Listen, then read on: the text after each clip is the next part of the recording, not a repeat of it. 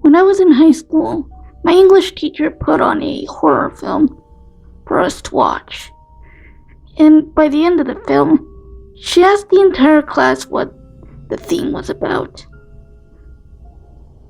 It was the most depressing horror film I've ever seen thus far.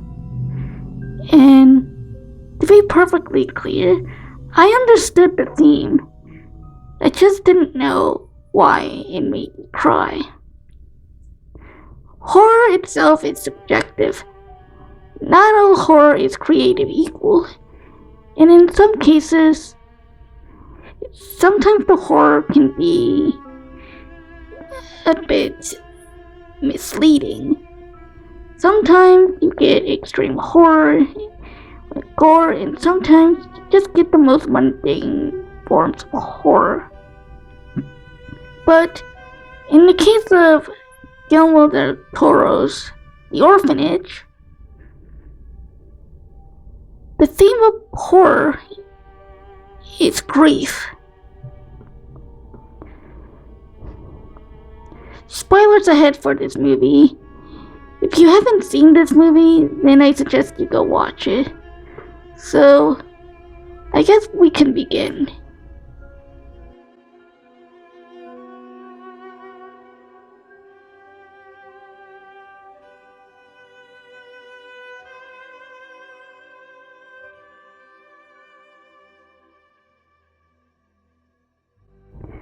The Orphanage is a Spanish horror film from 2007.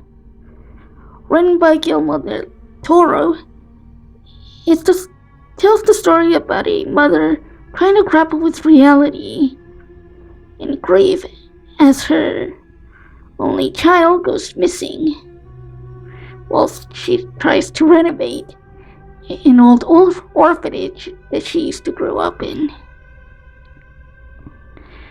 The film itself is rather a slow burn, but the story itself is really just tragic as a whole. Most horror films typically are not that slow burn, but it mostly tends to rely more on the horror aspect and jump scares more than the actual story.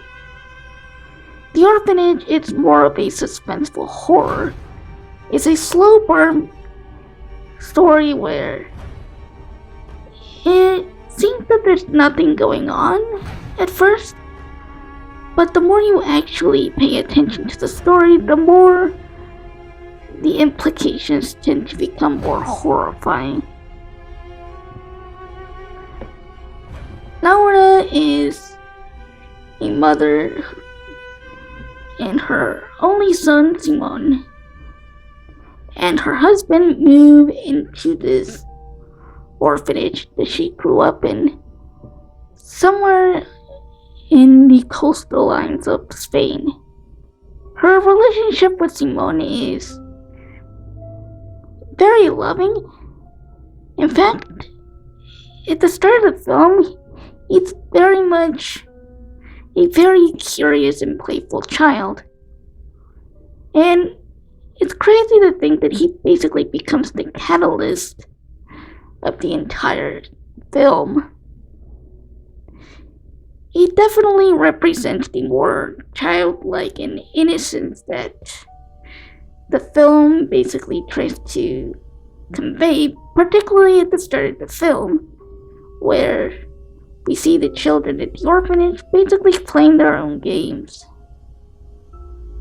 Only to then cut to the real world, and we see how the contrast, particularly in coloring, that the real world is a bit more depressing than the past.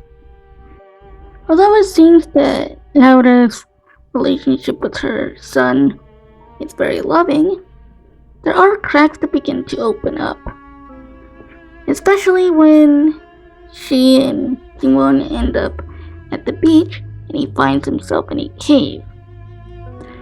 Or when the strange woman comes to visit Laura with some papers. When Simon finds the cave, he actually interacts with something that Laura can't see. The same thing basically goes with the woman who visits the house. All of these strange coincidences end up opening up some cracks within the family dynamic. Simon begins to act up a bit more. His very loving and playful demeanor becomes a bit more aggressive, begging his mother to actually play with him a bit more, but only to find more cracks in the relationship. When Simon finds the papers, he actually becomes angry with Laura, causing him to essentially resent his mother, something that Laura had no idea what to do, and begins to wonder whether or not that she can even have a loving mother-son relationship, particularly since Simon actually discovers that he, or at least it's implied that Simon is actually adopted. Now, this isn't the first time that we actually seen this sort of theme between the mother and son in a horror film, particularly having a strained relationship. The Babadook actually explores this a lot more, albeit it's a single mother trying to navigate the world with her only child, similar to how Laura actually has to navigate with an only child, albeit she has a husband that can actually help her. In the Babadook, the mother doesn't know what to do. Returning to the film, there seems to be a lot of theming around the concept of loss of innocence. There's a moment in the film where Simon is actually reading Peter Pan, and he asks his mother what happens to the lost boys afterwards, as his mother basically tries to explain to him that the lost boys never grow up, only for Simon to suddenly foreshadow what happens later on, as he horrifyingly tells his mother that he will never grow up, and that he will die young. This of course concerns Laura and tries to figure out if she should actually seek help from a child psychologist, or if she can deal with this problem herself. The theming of loss of innocence is very intentional in this film, and we can actually see this throughout the entirety of the film afterwards. And then there's Thomas, this strange child that has been spoken about throughout the entirety of this film. It's a complete mystery to us, or at least until halfway through the film, where we find out about his tragic backstory. It turned out that Thomas was once a child who lived in the orphanage alongside the other children, but he was born deformed, and so had to wear a sack over his head. The backstory of this child is actually quite tragic, mostly because later on we discovered that a bunch of kids actually played a prank on him, which actually caused his demise, as they lured him into the same cave that Simon was at the start of the film, only for Thomas to basically be lost in the dark. That is, until the tides begin to rise. And this ultimately sealing his fate. So, Simon has been speaking to Tomas's ghost this entire time, and thus it kind of implied that perhaps Tomas may have been influencing Simon's behavior and why he's beginning to act out. Only that's not exactly true. We're not exactly sure why or how Simon actually suddenly began to resent Laura. But perhaps he did find the adoption papers, and that's why he pretty much resents her. Which of course brings us to the day of its disappearance. Laura is still trying to reconcile with her son, Simon, only he doesn't want to interact with anyone else at the party, as he actually wants to show Laura where Tomas used to live. Keep this in mind because it's going to be important later on. Laura goes back to the party and expects to actually see Simon. Only she can't seem to find him. It doesn't help that everyone else is wearing masks, and by the time she actually realizes that Simon isn't there, she begins to sort of freak out. Oh, and of course, Tomas comes to the door. Although, we find out later on that perhaps this wasn't Tomas after all. And so, much like every other parent would do if their child went missing, Laura begins to panic and begins to believe that Simon may have actually run away. And thus, this is where the grief begins to come through. Laura begins to hallucinate that Simon is either still alive or he ran away. But strange things begin to occur afterwards, such as strange noises coming from inside the house. The fact that this woman, the same one who actually arrived at the start of the film, broke into the orphanage's shed. And of course the strange and unusual dreams that Laura has. Most of the time horror is typically more intense, but what I like about this film is the fact that a lot of the horror is understandable. Plus, it actually plays on the trope of the adult fear that something bad or horrible could actually happen to your child. Maybe they were kidnapped. Maybe they injured themselves, or perhaps they're surviving outside or something. Anything that can actually frighten a parent. But grief is completely different. Not everyone actually deals with grief the same way. The way Laura actually faces her own grief is trying to keep the memory of her son alive, putting out posters, speaking to the press, speaking to police. After 9 months of his disappearance, it seems like her husband is beginning to sort of give up. But Laura continues to persist that Simon is still alive somehow, even if she doesn't want to admit that perhaps, maybe, her husband might be right. And then we begin to think of the worst. Perhaps Simon isn't actually alive, and that they've been searching for a ghost this entire time. Laura doesn't believe this.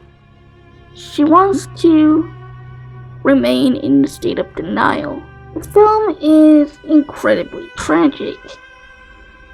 Despite the horrors, the jump scares, and the suspenseful moments, we actually begin to see how grief can actually consume a person, even if they don't want to believe that perhaps the individual that they're actually looking for may not actually be with them anymore.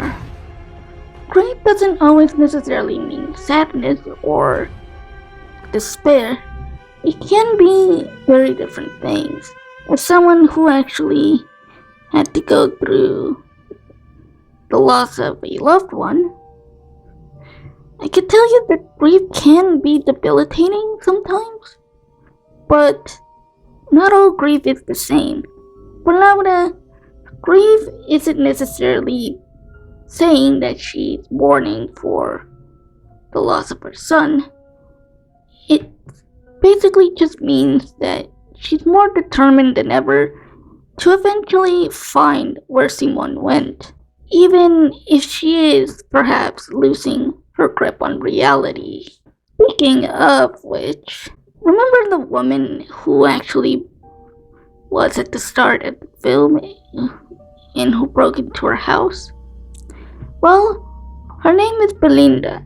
It turned out she used to be a groundskeeper at the orphanage, but she didn't actually stay that long. We also find out that she used to be Tomas's mother, and that she was let go for uncertain reasons. But as it turns out, Belinda actually had a much darker secret. Not everything was peachy clean at the orphanage, as later on, we discover a much horrifying fate that awaited the other children. In a way, it seemed like Belinda was more or less just like Laura, as she too lost her son Tomas. And perhaps Belinda may actually be a sort of mirror character to Laura, as someone who also lost grip on reality due to the loss of her child. And perhaps the story may actually be mirroring what is to come. At this point, it seems like Laura is willing to do just about anything just to get her son back. Even if this is to come into her home. Even if this is not what her husband wants. Laura simply wants to confirm whether or not Simone is even alive. But she's now beginning to grasp the idea that perhaps Simone may not actually be alive anymore. But of course, her viewpoint in reality is beginning to distort a bit.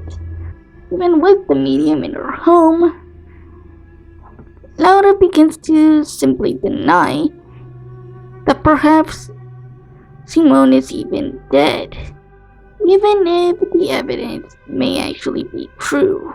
Laura continues to deny everything.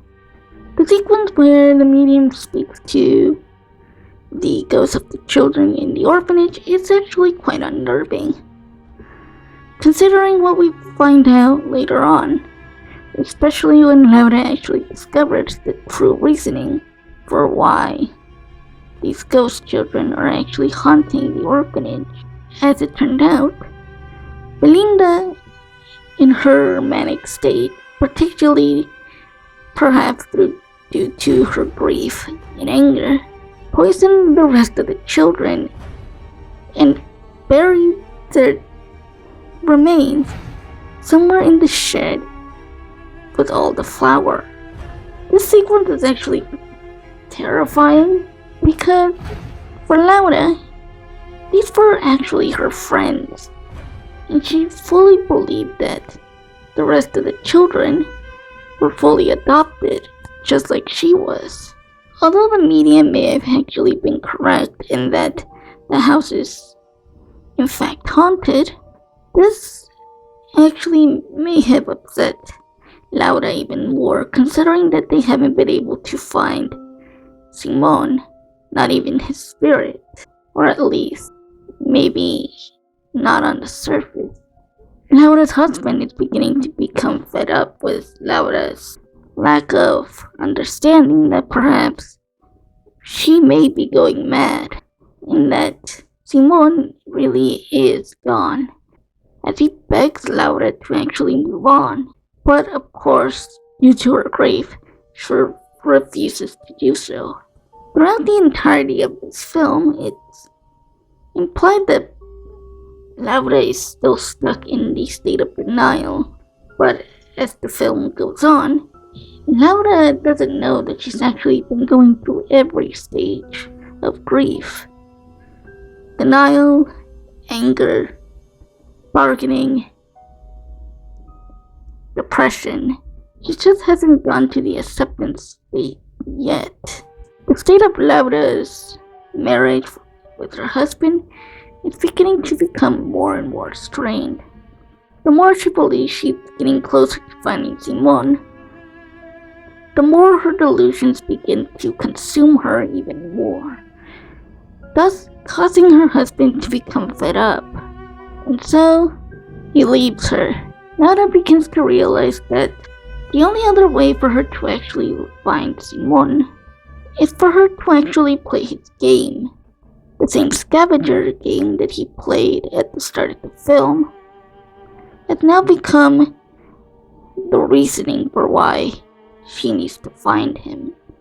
And so, in a ritualistic way, she prepares the entire orphanage just so she could play the game and finally find answers, even if it costs her sanity even more. So she plays the game. The sequence is quite terrifying, not only because of the atmosphere, but also because of the once empty orphanage, now filled with children's laughter. And of course, we see the ghosts of his children as well, as she follows the children around trying to look for clues, only for her to stumble upon what appears to be a door she didn't actually see before. However, if we pay back attention to what happened earlier in the film, the door and the noise now begin to make a lot more sense. To her horror, she realizes that this door is the door to the basement. A basement that she didn't realize existed in the building. As she goes downstairs, this is the plot. This is the part of the story where the twist is heart-wrenching. Although she believes she has found Simon alive in the basement, her delusions may allow her to believe that he is still with her, only for it to go away. And we discover the true horror unfolding. In front of her is a broken piece of ladder, and below it is Simon. He never ran away. He remained in the house the whole time. And with all the memories flooding back, remember the scene back where Laura thought that she saw the ghost of Tomas? It turned out that it wasn't Tomas. It was her son, Simon, dressed as Tomas. The whole wanting to show her where Tomas lived, the costume, the noise, the door, it all started flooding back. Laura had unintentionally caused her son's demise, and she didn't realize it. This scene is incredibly heartbreaking.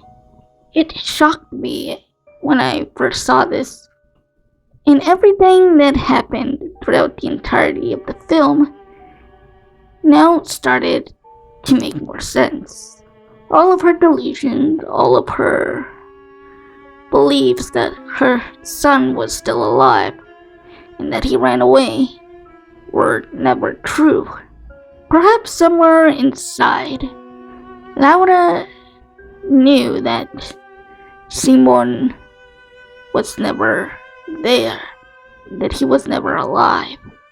And as she's been feeding her own delusions due to grief. In a way, she basically became her own Belinda, and she caused the death of her own child. This is such a gut-wrenching twist, not only because throughout the entirety of the film, we were on Laura's side. It's almost like we, the audience, were feeding into her delusions, not realizing that the truth is far more horrifying than our imagination. This is, of course, the meaning of the loss of innocence. It's her grief that actually caused her to basically believe that she could bring her son back. Even if he isn't alive, she could always bring him back. The ending itself is another heartbreaking moment as Laura cradles her now dead son, believing that she no longer feels like she has nothing else left to live for, and decides to take matters into her own hands. In a way, this is sort of like her own twisted way of saying that she is ready to move on.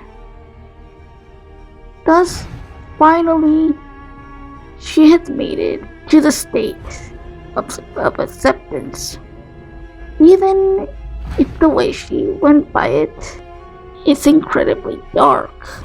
In her now delusional state, and perhaps the fact that she is no longer alive, Simon finally wakes up, as well as the other children who were once killed by Belinda.